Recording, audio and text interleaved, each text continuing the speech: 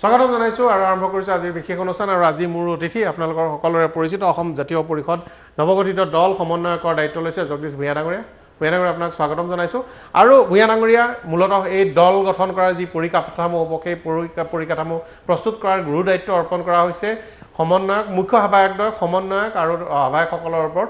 আৰু ভূঞা ডাঙৰীয়া সমগ্ৰ অসমতে যাতে তৃণমূল পৰ্যায়ৰ পৰা অসম জাতীয় পৰিষদৰ দল হয় সংগঠন হয় সেই তাৰ বাবেই কাম কৰিব। আৰু অহা নৱেম্বৰ মাহত যি অধিৱেশন অনুষ্ঠিত হ'ব য'ত কেন্দ্ৰীয় কমিটি সভাপতি সম্পাদককে ধৰি সকলো কমিটি নিৰ্ধাৰণ কৰি বাকী ৰাজনৈতিক প্ৰক্ৰিয়া আগবঢ়াই লৈ যাব সেই কামলৈকে সেই পৰ্যায়লৈকে দায়িত্ব গ্ৰহণ কৰিব। আপোনাক পুনৰ এবাৰ স্বাগতম জনাইছোঁ। আৰু আপুনি দায়িত্ব ল'লে কেনে পৰ্যায়ত কাম আৰম্ভ কৰিছে এতিয়া নতুন দলৰ? আমাৰ সুনিৰ্দিষ্ট পৰিধিৰ মাজত কাম কৰিবলৈ দিয়া হৈছে। আমাক কেৱল সাংগঠনিক ভেটিটো নিৰ্মাণৰ দায়িত্ব দিয়া হৈছে। আমি জিলা সমষ্টি সমিতি আঞ্চলিক সমিতি বুথ কমিটি এই সমিতিসমূহ আমি গঠন কৰি দিব লাগে। অক্টোবৰৰ শেষ ভাগলৈকে আমি এই গোটেই প্ৰক্ৰিয়াটো সম্পূৰ্ণ কৰাৰ পাছত নৱেম্বৰৰ প্ৰথম ভাগতেই এখন ৰাজনৈতিক অভিৱৰ্তন হ'ব। ৰাজনৈতিক অভিৱৰ্তনত দলটোৱে পূৰ্ণাংগভাৱে আত্মপ্ৰকাশ কৰিব আৰু তাৰ পৰাহে আচল দলটোৰ ৰাজনৈতিক যাত্ৰা আৰম্ভ হ'ব। এতিয়ালৈকে ৰাজনৈতিক যাত্ৰা আৰম্ভ হোৱা নাই। আমি কেৱল সাংগঠনিক বুনিয়াদটো নিৰ্মাণ কৰি আছোঁ। ইতিমধ্যে কাম কাজ চলি আছে। এতিয়া আটাইতকৈ চৰ্চা হৈছে যে আপোনালোকেও কৈছে আপোনাকে উদ্ধৃতি দি এই কথাটো চৰ্চিত হৈছে যে এখন আপোনালোকৰ উপদেষ্টা কমিটি থাকিব, অদৃশ্য হাতৰ দৰে এখন কমিটি থাকিব যি এই ৰাজনৈতিক দলটোৰ পিতৃস্বৰূপ হ'ব আৰু তেওঁলোকে নিয়ন্ত্ৰণ কৰিব। কি পৰিকল্পনা কেনেদৰে আগবাঢ়িব বিচাৰিছে?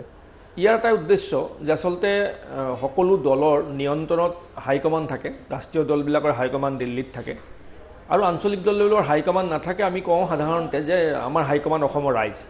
কিন্তু অসমৰ ৰাইজ বুলি কোৱাৰ লগে লগে এটা অতি অস্পষ্ট ধাৰণা অসমৰ ৰাইজক আচলতে আমি সুধি কাম নকৰোঁ বা সেইটো সম্ভৱপৰ নহয়।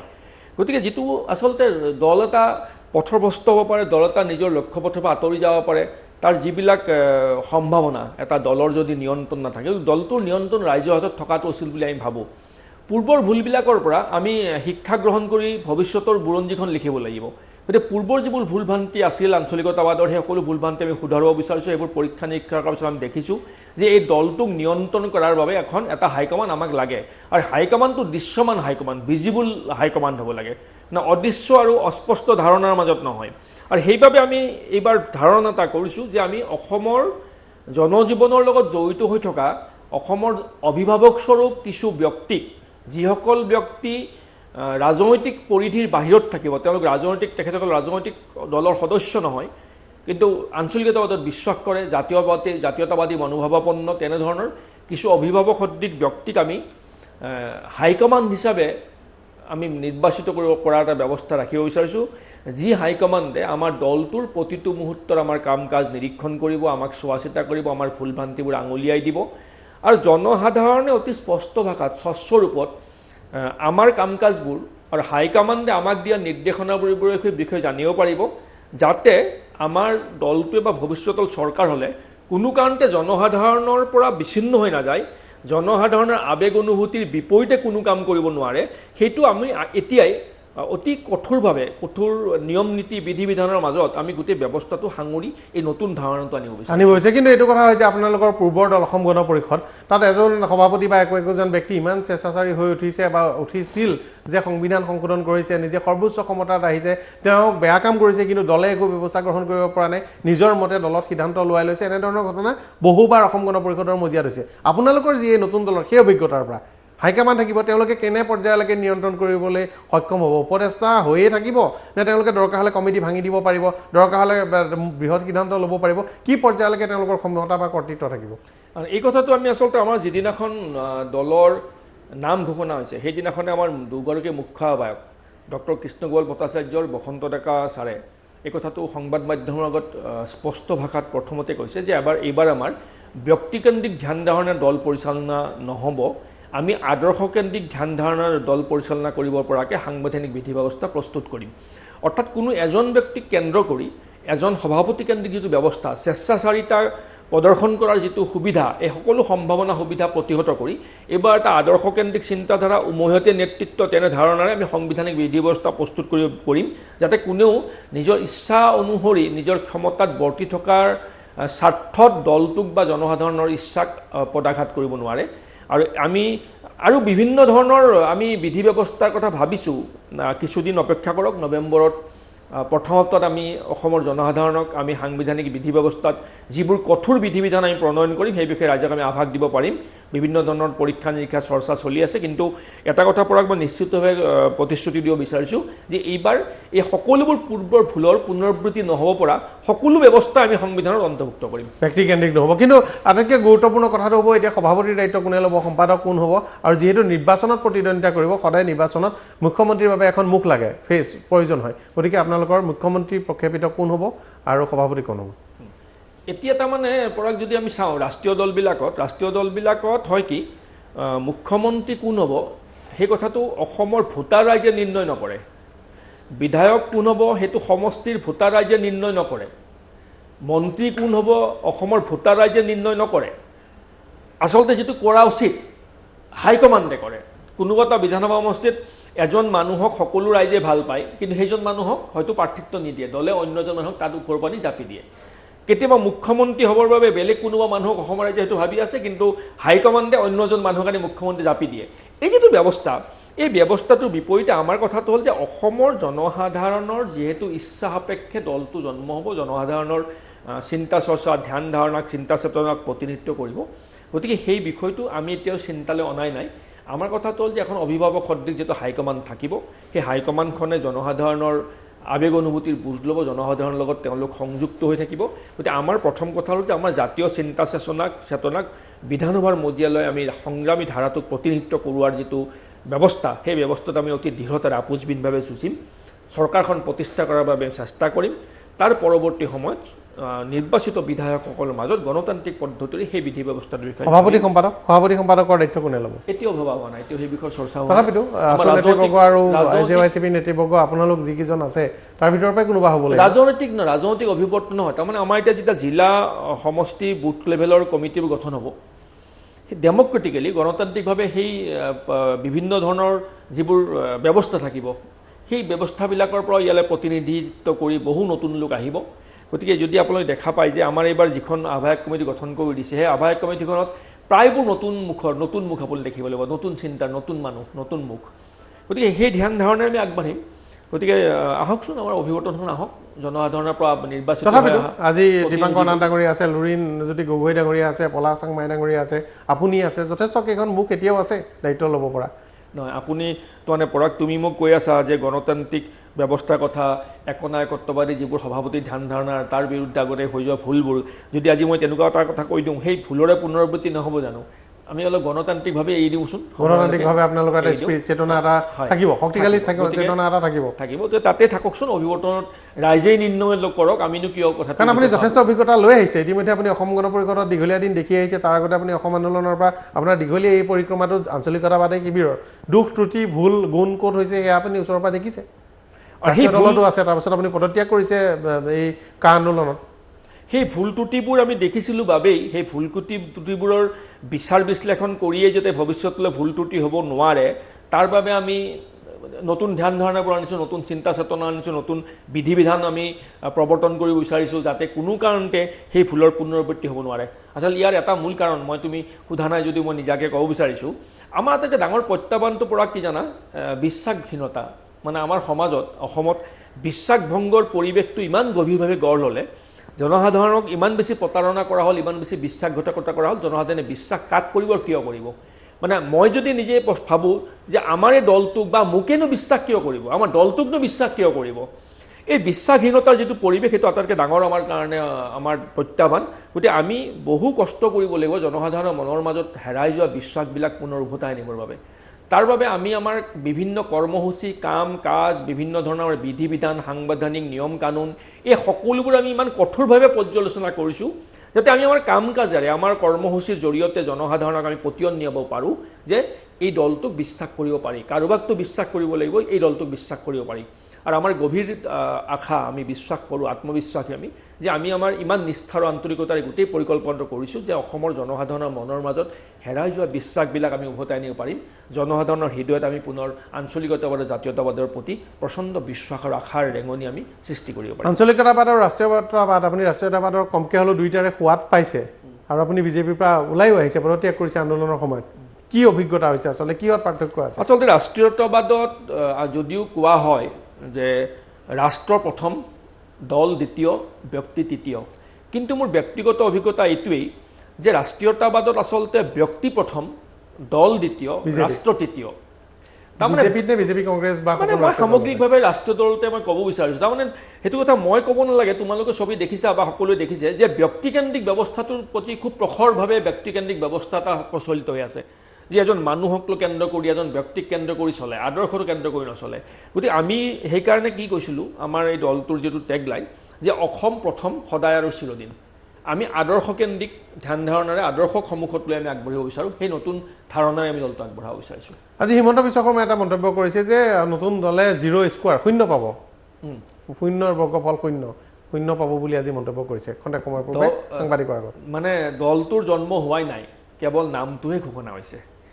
নামটো ঘোষণা হোৱাৰ লগে লগেই তেখেতসকলে ভাৰতীয় জনতা পাৰ্টীৰ শাসকীয় দলটো মানে মুখ্যমন্ত্ৰীৰ পৰা বিত্তমন্ত্ৰী, মুখপাত্ৰ, সভাপতি সকলোবিলাকে যিবোৰ প্ৰতিক্ৰিয়া যোৱা কিছুদিনত দি আছে, তাৰ পৰা এইটো সহজে অনুমেয়, যিকোনো ৰাজনৈতিক চেতনা থকা ব্যক্তিয়ে বুজি পায় যে নতুনকৈ জন্ম হ'ব লগা এটা দল, যাৰ কেৱল নামটোহে প্ৰকাশ পাইছে, দলটো আত্মপ্ৰকাশ হোৱাই নাই, সেই দলটোৰ সম্পৰ্কত তেখেতসকলে ইমান বেছি কনচাৰ্ণ, ইমান বেছি তেওঁলোক চিন্তিত যে আমি এইটো ধাৰণা কৰিছোঁ তেখেতসকলৰ মন আৰু মগজুত এই দলটোৱে প্ৰৱেশ কৰিছে। গতিকে তেওঁলোকৰ মন মগজুত দলটোৱে প্ৰৱেশ কৰিছে মানে তেওঁলোকে এই দলটোক প্ৰত্যাহ্বান বুলি ভাবিবলৈ লৈছে। এতিয়া কথাটো হ'ল, আমি যদি 0 আসন পাওঁ, আমি যদি 500 ভোট পাওঁ, তাৰমানে আমি অপ্ৰাসংগিক দল এটাৰ কথা পাতি বা মন্তব্য প্ৰদান কৰি তেখেতসকলে বহুমূলীয়া সময়বোৰ কিয় অপচয় কৰি আছে? তেওঁলোকৰ এখন চৰকাৰ চলোৱাৰ দায়িত্ব দিছে ৰাইজে, দেশখনত সমস্যা আছে, নিবনুৱা সমস্যা, বানপানীৰ সমস্যা, গৰাখহনীয়া সমস্যা, জাতীয় অস্তিত্বৰ সমস্যা, মূল্যবৃদ্ধিৰ সমস্যা, বিভিন্ন সমস্যা ৰাজ্যখন যে ভাৰাক্ৰান্ত। তেনে এখন ভাৰাক্ৰান্ত ৰাজ্যত এই সমস্যাবোৰ সমাধান কৰাৰ বাবে তেখেতসকলে তাত আত্মনিয়োগ নকৰি আমাৰ জন্ম নোহোৱা দলটোৱে কেইখন আসন পাব, কিমান ভোট পাব, এইবোৰ পৰিসংখ্যাত যে সময় ব্যয় কৰি আছে, সেইটোৱে আমাৰ সফলতা নহয় জানো? তাৰমানে তেওঁলোকৰ চিন্তা চেতনাত, মন মগজুত আমাৰ দলটোৱে ক্ৰিয়া কৰিছে, দলটোক তেওঁলোকে প্ৰত্যাহ্বান হিচাপে লৈছে, এইটো বস্তু প্ৰতীয়মান। গতিকে আমি ভাবোঁ যে এইটো আমাৰ ৰাজনৈতিকভাৱে সফলতা। হিমন্ত বিশ্ব শৰ্মাই আৰু কিবা এটা গুৰুত্বপূৰ্ণ মন্তব্য কৰিছে, মই আপোনাৰ প্ৰতিক্ৰিয়া ল'ম, তাৰ আগতে মই সেই বক্তব্য শুনাই লৈছোঁ।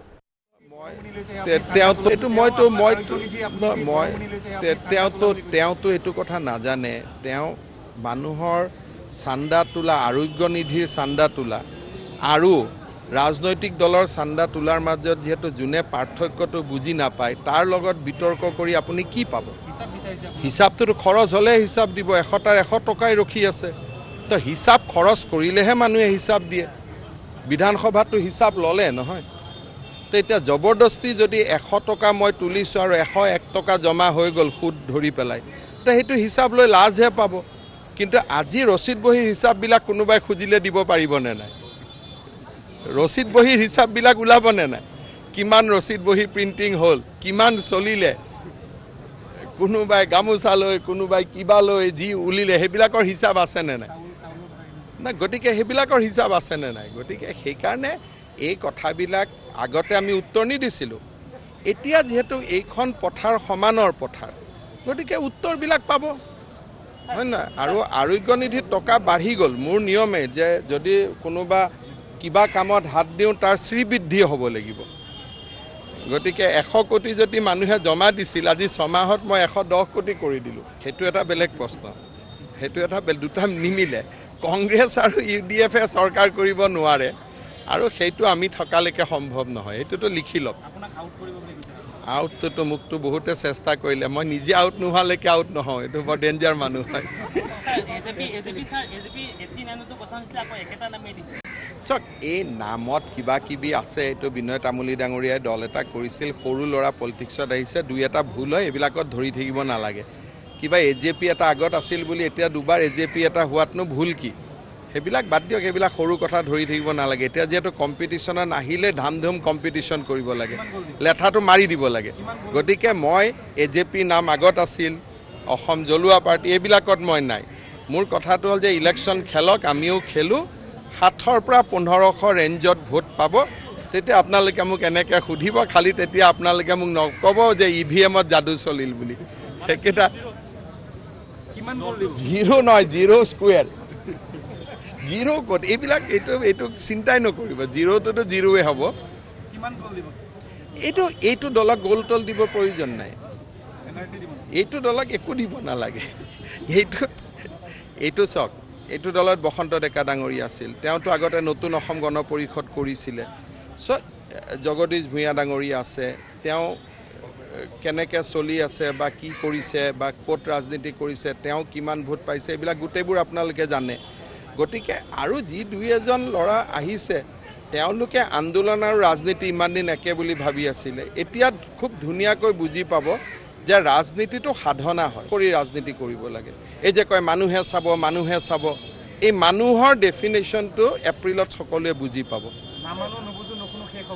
এইটো ক'লো নহয় যে ৰাইজক যেতিয়া কোনোবাই ক'ব নামানো নুবুজো নুশুনো তেতিয়া মানুহে ক'ব নিদিওঁ মানুহে ক'ব তহঁতক ভোটো নিদিওঁ তহঁতি যেতিয়া নামানো নুবুজো নুশুনো তহঁতকো নিদিওঁ গতিকে কথাটো হ'ল যে কিন্তু নাম তামত ভুল ধৰিব নালাগে মই ৰাইজকো আহ্বান জনাম ভুল তুল হ'ব পাৰে সেইবোৰ বাদ দিয়ক তেওঁলোকক এটা ৰাজনীতি কৰিব দিয়ক কমিটি গঠন কৰিব দিব বুথ কমিটি কৰিব দিয়ক মানুহৰ ইমান দিনটো গুৱাহাটীত বহি সাংবাদিক মেল কৰি থকা কামটো আটাইতকৈ সহজ কাম নহয় এতিয়া ৰাইজৰ মাজত যাওক মানুহৰ মাজত যাওক এই কথাবিলাক তেওঁলোকে শিকক বুজক কাৰণ এই মানুহবোৰতো এটা সময়ত আকৌ বিজেপিতে ঘূৰি আহিব হয় নহয় চবত গৈ এই গোটেই মানুহবোৰ এটা দুটাকৈ আকৌ বিজেপিতে ঘূৰি আহিব লাগিব গতিকে মানুহবোৰতো বেয়া নহয় অসমক ভাল পাই কিবা এটা কৰিছে কিন্তু বুজি পাব যে সমালোচনা কৰিলে চব নহয় আৰু দুদিন পিছত দেখিব এজন এজনকৈ আকৌ বিজেপিত চব যোগদান কৰি থাকিব লাগে কিবা এটা গুৰুত্বপূৰ্ণ মন্তব্য কৈছে আপোনাৰ প্ৰতিক্ৰিয়া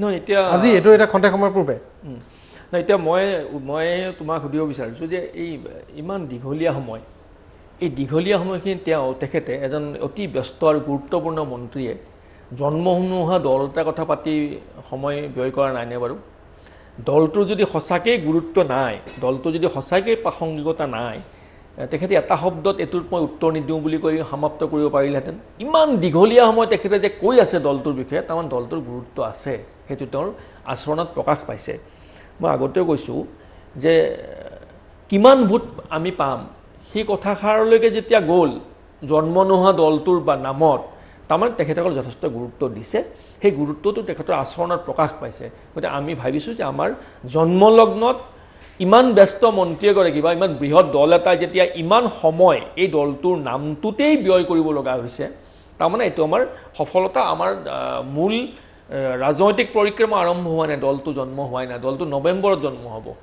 গতিকে এই পৰ্যায়ত এই চৰ্চাটো মই ভাবোঁ যে আমাৰ বাবে হ'ব লাগে আপোনাৰ নামো উল্লেখ কৰিছে হয় কৈছে মোৰ কথা কৈছে যে তেখেতে কি কৰি আছে কেনেকৈ ৰাজনীতি কৰি আছে ভোট কিমান ভোট পাইছিল সেইবোৰ ৰাইজে জানে সেইটোতো হয় মই কিয় অনুৰোধ কৰিছোঁ ৰাইজে জানিবই গতিকে এইবাৰ নিৰ্বাচনত এতিয়া আটাইতকৈ গুৰুত্বপূৰ্ণ কথাটো হ'ব যে আপোনালোকে এই হিমন্ত বিশ্ব শৰ্মাৰ কৌশল সৰ্বানন্দ সোণোৱালৰ কৌশল নৰেন্দ্ৰ মোদী অমিত শ্বাহৰ কৌশল তাৰ বিৰুদ্ধে নতুন দলটোৱে কিমান সবল নহয় তাৰমানে আচলতে কথাটো এনেকুৱা আমি কাৰো কৌশলত পিছত দৌৰি নুফুৰোঁ আমি অসমৰ জনসাধাৰণৰ আশা আকাংক্ষা প্ৰতিফলন কৰিবলৈহে প্ৰচেষ্টা চলাম অসমৰ জনসাধাৰণৰ ছাত্ৰৰ সমস্যা যুৱকৰ সমস্যা নিবনুৱাৰ সমস্যা অসমত কৰ্মক্ষেত্ৰৰ অভাৱ কৃষি ক্ষেত্ৰত কৃষকৰ সমস্যাবহুল জীৱন কৃষি খণ্ডত কৃষকৰ ফচল উৎপাদন হয় ফচল বিক্ৰীবলৈ বজাৰ নাই অসমৰ নহয় সমগ্ৰ ভাৰতবৰ্ষৰ কৃষিখণ্ডৰ ফচলসমূহ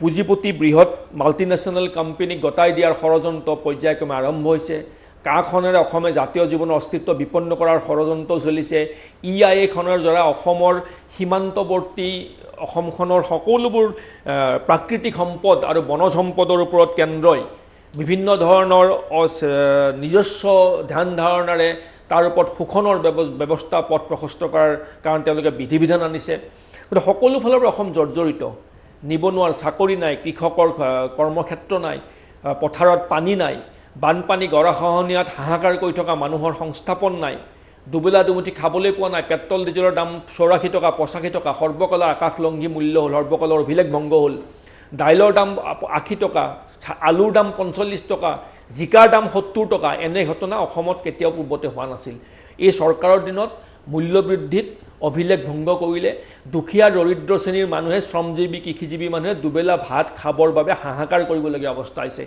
এই যিটো ৰাইজৰ এইবোৰ সমস্যা আমি সেই সমস্যাক লৈহে কনচাৰ্ণ আমি কোনে কি কৌশল লৈছে সেইটো লৈ কনচাৰ্ণ নহ'লে অতিৰিক্তভাৱে কথা এটা কৈ থৈ দিওঁ যে তেখেতসকলে আচলতে আমাৰ এইবিলাক কথাত সময় ব্যয় কৰাতকৈ জাতীয় জীৱনৰ সমস্যাসমূহ সমাধান কৰাৰ কাৰণে তাত সময় ব্যয় কৰক আৰু মুখ্যমন্ত্ৰী কেন্দ্ৰিক তেওঁলোকৰ যিটো সংঘাত সৰ্বানন্দ সোণোৱাল হিমন্ত বিশ্ব শৰ্মা ডাঙৰীয়া সেইবিলাক তেওঁলোকৰ নিজৰ ভিতৰত প্ৰথমতে সমাধান কৰি লৈ তেওঁলোকৰ সেই ব্যৱস্থাবোৰ কৰক আমাৰ দলৰ কথা আমি চিন্তা কৰিম অসমৰ ৰাইজে চিন্তা কৰিব কিমান আসনত আপোনালোকে প্ৰতিদ্বন্দ্বিতা কৰিব কি এতিয়াই মই আগতে কৈছিলোঁ যে মোৰ দায়িত্ব আমাৰ দায়িত্বৰ সীমাটো অতি সৰু আমাক কেৱল সাংগঠনিক কাম কাজ কৰাৰ দায়িত্ব দিছে সেইটো ৰাজনৈতিক প্ৰক্ৰিয়া গতিকে মই সেই কথাষাৰ যদি আজি কওঁ সেইটো অন্যায় কৰা হ'ব ভুল কৰা হ'ব কাৰণ ৰাজনৈতিক প্ৰক্ৰিয়াটো দলটোৱে নৱেম্বৰৰ পিছত আৰম্ভ কৰিব আপোনাক যথেষ্ট গুৰু দায়িত্ব দিছে আপোনাৰ ওপৰত যথেষ্ট বিশ্বাস স্থাপন কৰিছে এই দায়িত্ব দি দলৰ সংগঠন তৈয়াৰ কৰিব এটা নতুন প্ৰস্তাৱিত দলৰ সেইটো সৰু দায়িত্ব নহয় সেই দায়িত্ব ময়ো নিষ্ঠাৰে পালন কৰিম অতি মই তাত যিমানখিনি পাৰোঁ আন্তৰিকতাৰে মই দায়িত্ব পালন কৰিম আৰু এই বিষয়ত এটা ঘটনা হ'ব যে কংগ্ৰেছ আৰু AIDF এটা শক্তিশালী জোটবন্ধন হৈছে আৰু মূৰকত এনেকুৱা এটা ঘটনা হৈছে যে আপোনালোকে কংগ্ৰেছ আৰু AIDF-কে সহায় কৰিব নেকি বা কংগ্ৰেছ আৰু AIDF-ৰ লগতহে নিৰ্বাচনৰ পাছত নিৰ্বাচন উত্তৰ বুজা পৰা কৰিব নেকি এনেধৰণৰ এটা সমীকৰণো কয় আচলতে নেকি কিন্তু এইবোৰ আচলতে ৰাজনৈতিক উদ্দেশ্য প্ৰণীতভাৱে প্ৰচাৰ চলোৱা হয় এইটো বিভিন্ন ধৰণৰ ৰাজনৈতিক ষড়যন্ত্ৰৰ ফলত ৰাজনৈতিকভাৱেই কোৱা হৈছে এইবোৰ আপোনাক ৰাজনৈতিক আপোনালোকৰ প্ৰতিদ্বন্দ্বীয়ে কৈছে সেই কথাটোৱে কৈছোঁ যে ৰাজনৈতিক ষড়যন্ত্ৰৰে কোৱা হয় আচলতে দল এটা জন্ম হ'লে বা দল এটা যেতিয়া গতি পায় সেইটো কিছুমান সুনিৰ্দিষ্ট আদৰ্শৰ আধাৰত দলটো প্ৰতিষ্ঠা হয় সুনিৰ্দিষ্ট আদৰ্শ ঘোষণা কৰা হয় আমাৰ দলটো যিদিনাখন ঘোষণা হৈছে নাম ঘোষণা হৈছে সেইদিনাখন সুস্পষ্টভাৱে দলটোৱে কৈছিল যে আমি ৰাষ্ট্ৰীয় ৰাজনৈতিক দল আৰু সাম্প্ৰদায়িক ৰাজনৈতিক শক্তিৰ লগত আমি দূৰত্ব বজাই ৰখাৰ প্ৰচেষ্টা চলাম আৰু অসমৰ সকলো জাতি জনগোষ্ঠী আৰু আঞ্চলিক দলৰ লগত আমি ঐক্যবদ্ধভাৱে ৰাজনৈতিক যুঁজ কৰিম তাৰমানে আমি ৰাষ্ট্ৰীয় ৰাজনীতিৰ লগত কোনো কাৰণতে আমি নাযাওঁ আৰু সাম্প্ৰদায়িক শক্তিৰ লগত নাযাওঁ এই কথাটো অতি স্পষ্টভাৱে দলে আগতে জনায় নিৰ্বাচনৰ পিছত যদি প্ৰয়োজন হয় তেতিয়া আপোনালোকে কংগ্ৰেছ AIDF-ৰ লগত যাব নাযায় কোনো প্ৰয়োজন কোনো কাৰণতে নাযায় যিকোনো পৰিস্থিতিত কোনো পৰিস্থিতিতে নাযায় চৰকাৰ গঠনৰ বাবে বিজেপিৰ চৰকাৰ নিবৰ বাবে বাবে কোনো পৰিস্থিতিত পৰাগ এইটো কথা মই স্পষ্টভাৱে কৈ দিছোঁ কোনো পৰিস্থিতিত কোনো পৰ্যায়তে এই দলটোৱে তেনে সিদ্ধান্ত ল'ব নোৱাৰে কাৰণ সাংবিধানিকভাৱে দলৰ আদৰ্শগত যিটো বিধি বিধান সেই বিধি বিধানত সেই বাধা নিষেধবোৰ ইতিমধ্যে কৰি দিয়া হৈছে বা কৰি দিয়া হ'ব আপোনালোকৰ সমস্যা কোনটো দলৰ লগত কংগ্ৰেছৰ লগত নে AIDF-ৰ লগত আমি কোনো দলৰ নাম কোৱাই নাই এতিয়ালৈকে আমি কৈছোঁ ৰাষ্ট্ৰীয় দল ৰাষ্ট্ৰীয় ৰাজনৈতিক দল আৰু সাম্প্ৰদায়িক দল আমাক তাতে থাকিব দিয়ক আমি দলৰ নামত আমি বিশ্লেষণ নকৰোঁ আমি আদৰ্শটোত বিশ্লেষণ কৰিছোঁ গতিকে আপোনাৰ এই ধৰণৰ দলৰ লগত কেতিয়াও ভৱিষ্যতেও বুজা পৰা নকৰে কেতিয়াও নহয় 100% নকৰে 100% নকৰোঁ নিৰ্বাচনৰ সময়ত ধন বলৰ প্ৰয়োজন হ'ব যথেষ্ট পৰিমাণে চৰ্চা হৈছে যে এই নতুন দল ইমান টকা ক'ত পাব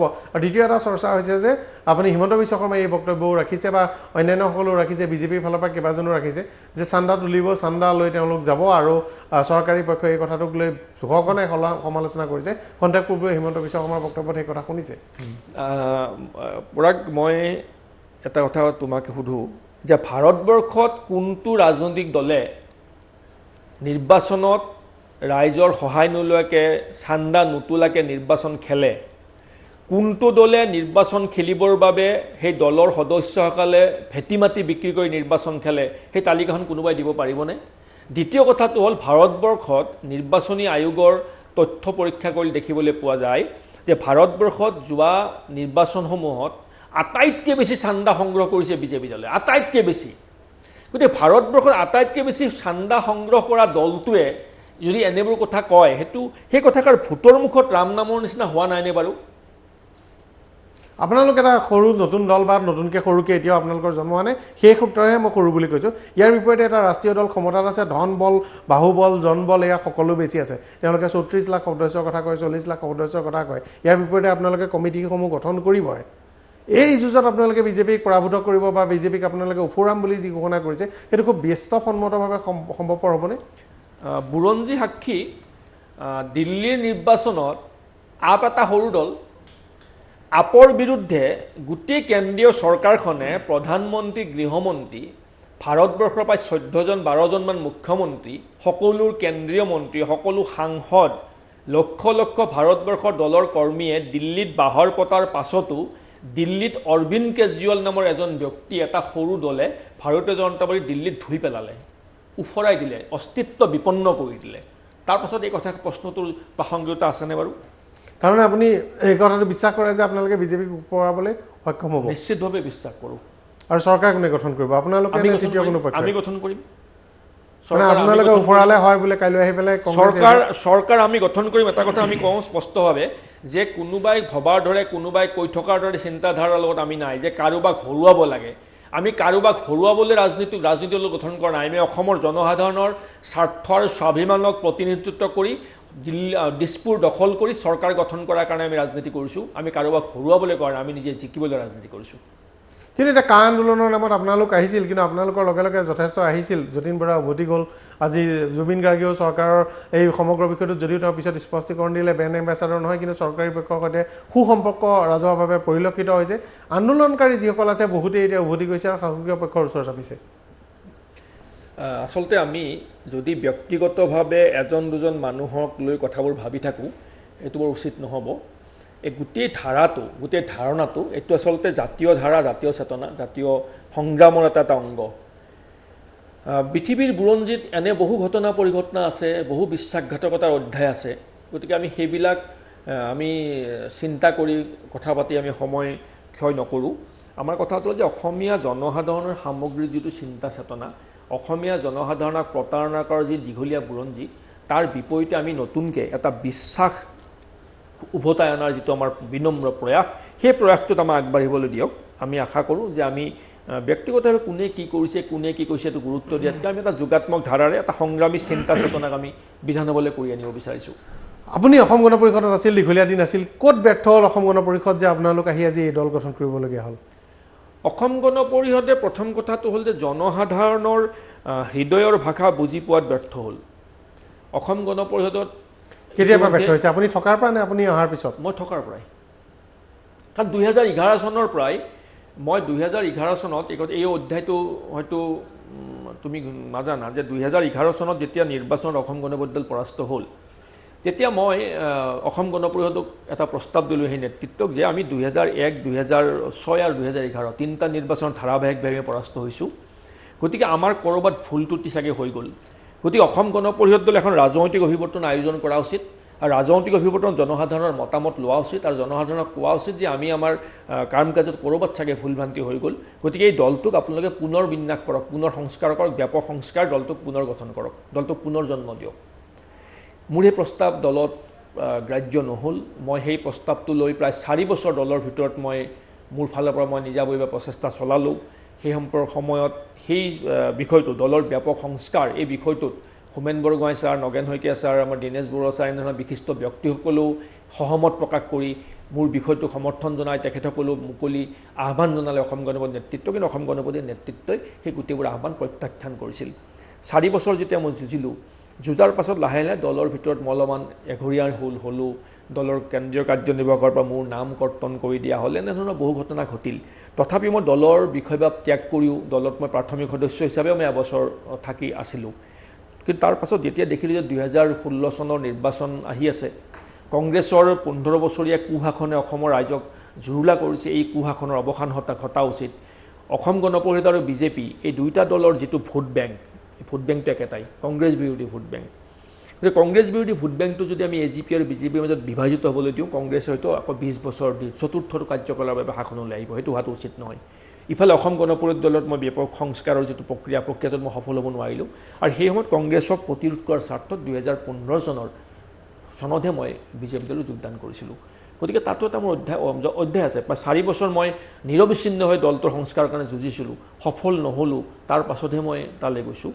গতিকে সেই যে জনসাধাৰণৰ পৰা বিচ্ছিন্ন হৈ যোৱাৰ যিটো মানসিকতা বা জনসাধাৰণৰ আৱেগ অনুভূতিক উপলব্ধি কৰিব নোৱাৰা যিটো পৰিৱেশ সেই সময়ত সৃষ্টি হৈছিল, সেই গোটেই কথাবিলাক য'ত য'ত ভুল ভ্ৰান্তি হৈছিল বুলি ভাবোঁ, আমাৰ সকলোবোৰ ভুল ভ্ৰান্তি আমি শুধৰাবলৈ চেষ্টা কৰিছোঁ। নতুন চিন্তাধাৰাৰে দলটোক আগুৱাই নিব বিচাৰিছোঁ। দ্বিতীয় কাৰ্যকালৰ কিন্তু আপুনিও এজন মন্ত্ৰী আছিল অসম গণ পৰিষদৰ। দ্বিতীয় কাৰ্যকালতে বেছিভাগ অভিযোগ উঠিছে। গতিকে কিছু অভিযোগৰ দায়িত্ব আপুনিও কাণ পাতি ল'ব লাগিব।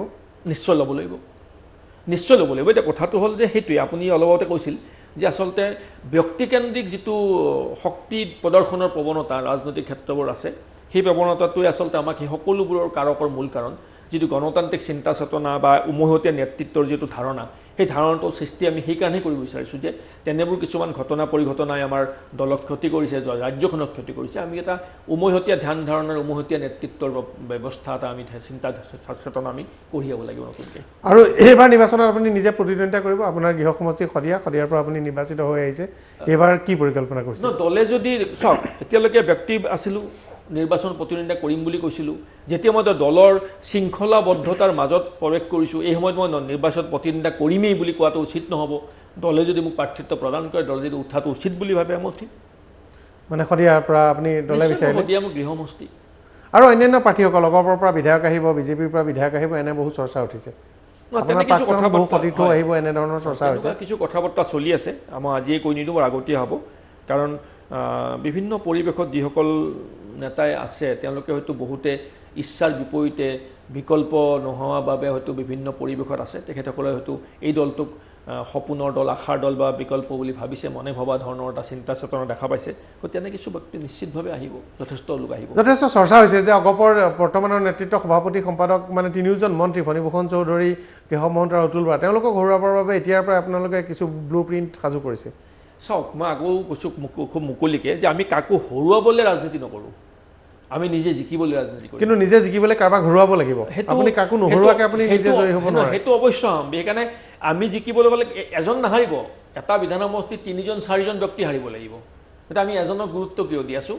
আমি জিকিম, যিজন শক্তিশালী, যিজন দ্বিতীয় হ'ব সেইজনকে হৰুৱাব লাগিব নহয়। যোন তাত থাকে প্ৰতিদ্বন্দ্বিতা কৰা সকলোবোৰ হাৰিব লাগিব। আমি যদি জিকিবলগীয়া, আমি জিকিবলৈ চেষ্টা কৰিম। কিন্তু পৰিকল্পনা সাজু কৰিছে আপোনালোকে? নিশ্চয় কৰিছোঁ। হৰুৱাবৰ কাৰণে অগপৰ তিনিজন নেতৃত্বক জিকিবৰ বাবে। কিমান আসনত জিকিব? চাওক, আমি ইমানো ভাগ্য বিধাতা নহয়, ইমানো ভৱিষ্যত দ্ৰষ্টা নহয় যে কিমানখন আসন আমি জিকিম আজিয়ে কৈ দিয়াটো উচিত। সেইটো উচিত নহয়, কাৰণ দলটোৱে এতিয়ালৈকে ৰাজনৈতিক কাম কাজ আৰম্ভ কৰাই নাই। মই আকৌ কৈ আছোঁ, দলটোৱে গজালি মেলিছে, আমাৰ নামটোহে ঘোষণা হৈছে।